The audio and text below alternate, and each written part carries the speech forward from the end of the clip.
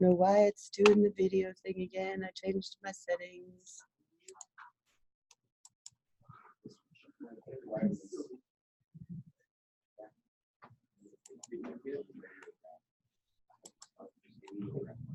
I wish it would show me what you see. One Zoom update. You see it? Okay. It always worries me. Yes. So on the sample assignments, Uh-huh. the bit array, it's in there, but we didn't really have a lot of information on it. Oh, is it broken? No, it works. It works? Can you explain a little bit more about? Let's take a look here. That is in the collections one.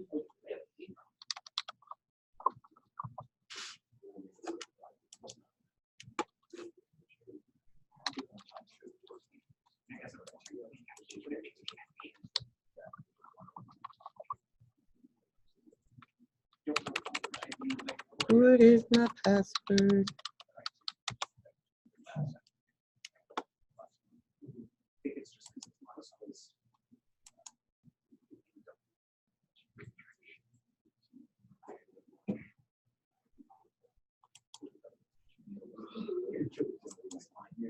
Few notifications.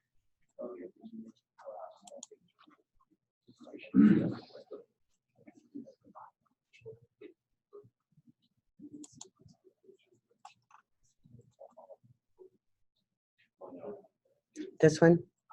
Yeah. I gotta know where it is. This bit, right? Just holding Boolean. That's it.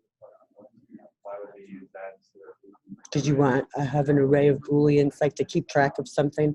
Say you could have an array of 30 entries to make sure that you never reused a number between 0 and 30. You could set it to true. If you use the number 2, set the second entry to true. We're going to be doing for your Unit 2 exam a parking garage. And I told them that's one example where you might want to use a bit array, because if you have 26 parking places, you can set them all to false that they're not in use. And then Is that a regular array? Yes, it would be about the same. The bit array class is just a specialized class that's available that's just a Boolean array. So it's just kind of a special Boolean array. Yeah. I have a question about all this stuff that's done Wednesday. So what is like, I remember you said something about we don't have to do bucket or bubble. Like what's all due Wednesday basically? Wednesday is you guys' code review presentations, and I would like for you to review one of these practice assignments. So if you have done the Pig Latin, you could review it. If you've done the bucket sort, you could review it. Since we did the bubble sort together, that would be kind of a lame one to do a code review on, but the other two. Yeah, the bucket sort or the Pig Latin. I wanted to do the bubble sort one together so that everybody would have it done and see what it was like. Mm-hmm. So to be sure we're on the same page. Mm-hmm. You want us to turn in all 3 of those, but we're only presenting one of them per student. If you notice, these are all practice, so they're in a category that's not going to count towards your grade. So you really only have to turn in one of them and then be prepared. as long as your code review shows one of them, that's fine. And so this is my bucket. you, of course, should do them all because you're a good C# student and you want the maximum learnability, but you could pick one, if that makes sense. It's very confusing to me, but I want you guys to have all this practice available, but not expect it to be graded. Yes. So by next class, you want everyone to have one of those 2 sorts done. Yeah, one of these. Your Pig Latin one is funner if you don't want to source. But the bucket sort's pretty fun because you get a really good opportunity to work with arrays in some really interesting ways. So it's pretty fun. You really like it. Okay, so that's Wednesday. So let's look ahead. And then we'll have a lot of lab time today so that you guys can be ready for Wednesday. But let's look ahead to next week. This week, I guess. What to do next week. We've not been looking at my good pictures, and we should. You guys, we're in chapter 9 of the textbook, the C# Pro textbook. They have some really good information on collections and generics. What is this? Generic Coke, right? So remember we were talking about generics. Well, generic cola. Exactly, generic cola. So we sort of talked about generics last time, but I still like that picture. Look who I can see. He's yawning. He's yawning. I know they're just on and on and on. Thank you. Okay, so we're looking at week 7, and we're going to be talking about XML. Your assignment that's due next week is going to be using an XML file. Additional assignments that you have that are due October 7th are another REPL, and this one has like 2 assignments, so it's real quick. It just uses some generics. Remember, REPL can't tell how you code it. It's just like Hypergrade or any of those other dumb code checking utilities. It can validate your output. So you can trick it if you want, but remember that's only you not getting that experience with those generics. So if you code this in a way that doesn't use generics, you could probably get it to work, but then you wouldn't get that benefit. I'm sure you'll go over this in more detail later, but can you give us a TLDR on what is an XML? We are going to look at that here in a minute. So let's look at what we have coming up, and then we will get to it. So next week, on the 7th, will be another code review, and for this one, we'll all be reviewing this XML library project. So it's a little bit more challenging of a project for everybody to work on. We're going to have some information about XML, but I can tell you with this unit, it's never enough. This is one of those units that makes people reach out and do some dragging of information from the internet, gathering some resources, figuring some things out, because XML is a pretty wide topic. You have a lot of different things available. Let's get to it. Before we do though, any questions? So this week, our code review is over one of these 3 on Wednesday. Next week, our code review will be over this library XML project. So we're going to start talking about XML today. We'll talk about it a little bit on Wednesday to make sure that you're ready. Again, you'll have to do a little bit of research with this one. I don't have this presentation loaded to Canvas yet. I'll get it out there for you. But I think we want to start. So XML. It stands for Extensible Markup Language. And most of you that have had WebDev 1 or WebDev 1 and WebDev 2 are really familiar with markup languages, right? Markup language started out back in the day with publishers wanting to say, this line should be bold, this line should be italicized. So they would put codes around that to indicate to the typists that those kinds of things should happen. And that's evolved into a computerized markup language that we use, as you know, for display and web pages and for many other things. XML is for data. So it's a markup language that's designed to store and transport data. It uses a markup language type setup because that makes it self-descriptive, meaning if you look at an XML file, you kind of know what the data elements are that are being passed in that data file. It's also the W3C recommendation, and W3C being the web consortium people that like to decide if things are allowed or not. Okay, so XML has kind of an interesting history. It's really designed by Microsoft to be a language that would describe data, and it was really picked up strongly by Walmart for their EDI transmissions and things, so it got a lot of acceptance. Now, what kind of things do we have to worry about terminology-wise? Well, just like a lot of other markup languages, there is markup and content. Markup begins with a less than symbol and ends with a greater than, or an ampersand and a semicolon. You won't see that as often. And any strings of characters in our file that are not markup are considered content. So anything that has the greater than, less than bracket around it is considered a tag. So just like HTML, we have a start tag and an end tag, and we can have an empty element tag.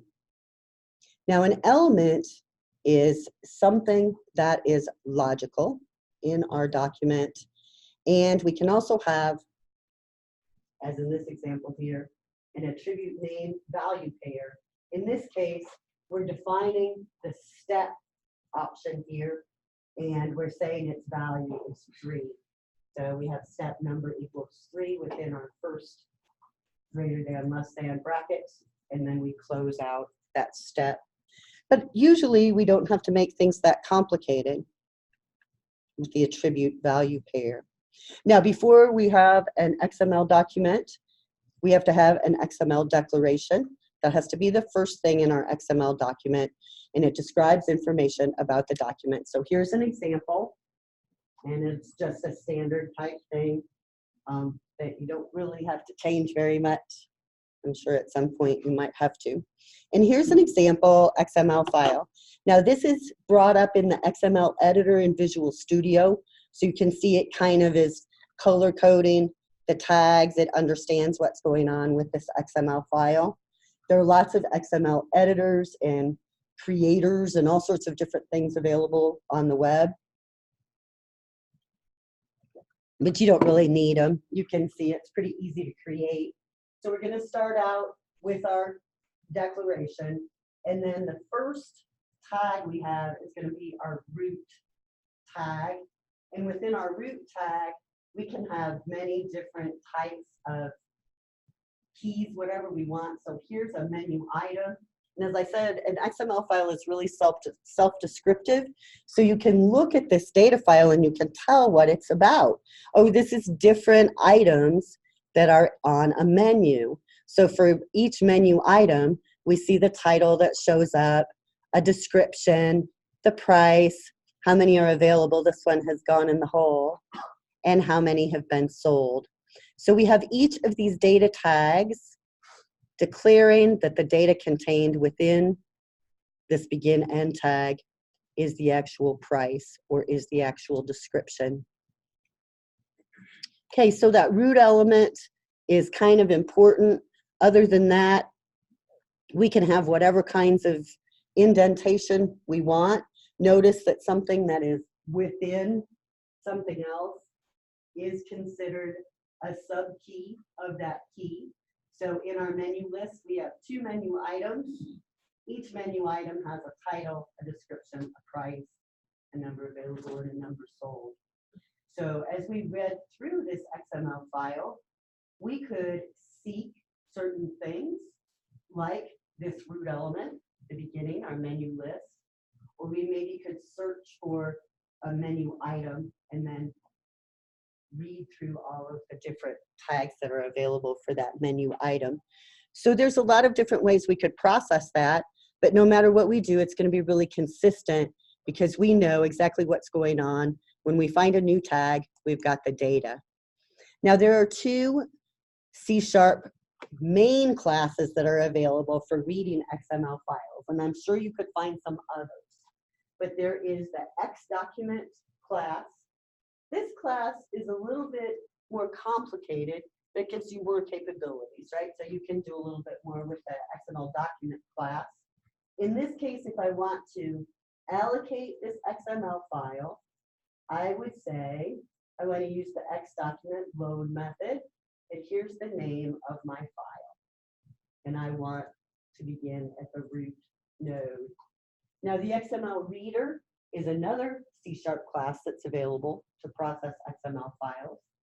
And with it, I would use the create method to create an instance of an XML reader using this specific file. So either one of these classes is available to read through our data. Now, because we're just getting started looking at all of this stuff, and I want to have lots of time for that today, I want you to kind of think about, in between all your other work, and as you get things finished up, design of your books project. What is your XML file going to look like? What kind of data tags will you need? Can you just make those up? Your tag names? Yeah.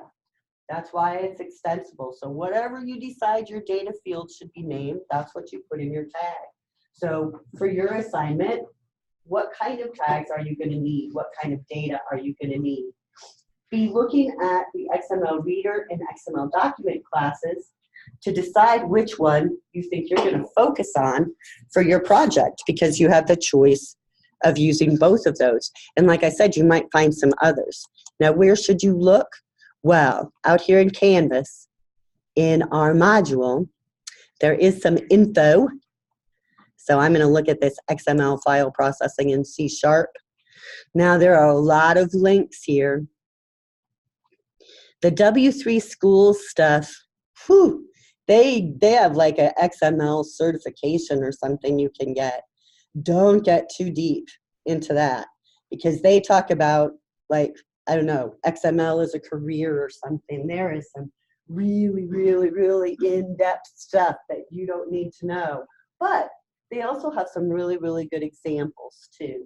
So be careful with that one. Don't get too deep into it. Spend more time looking at C# tutorials with sample code, because that's going to show you how to actually process these XML files. So you're going to see some real variety in these samples. This C#.NET tutorials has some good sample code. Let's take a look at it. They show us the XML file they're using.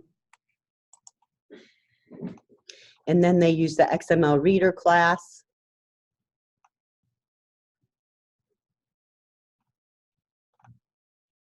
Is it not going to let me look at it? I'll have to look at it grayed out. I guess it's not free anymore. That's what happens.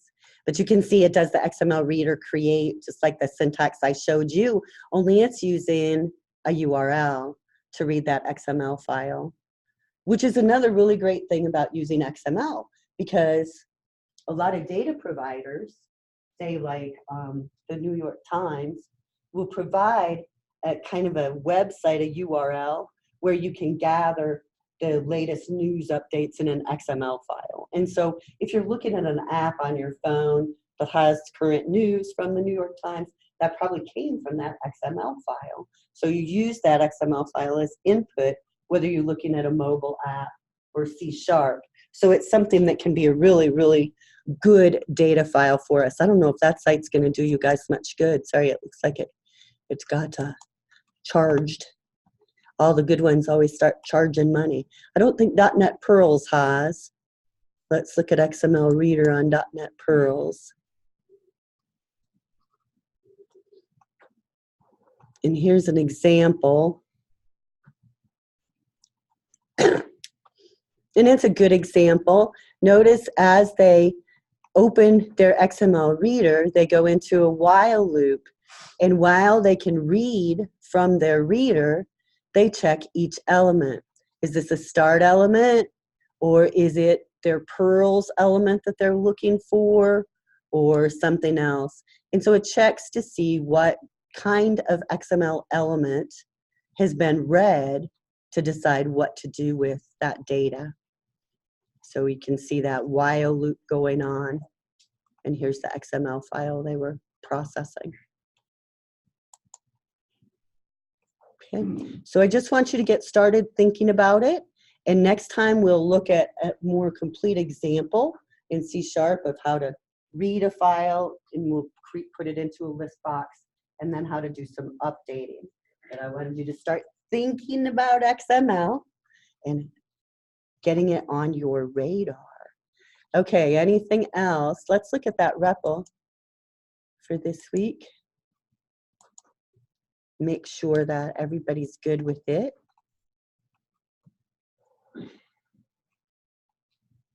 How generic is it? Make sure it works.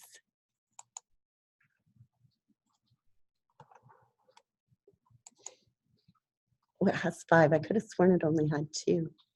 That's what I get for thinking. Okay, so if you notice, it's more than just generic stuff. It's kind of a summary of all of these different things that we've looked at in this long stringish sort of chapter, where we've talked about stacks and queues and and generics, and we're finishing up talking about our XML reader, so that should give you practice with that too.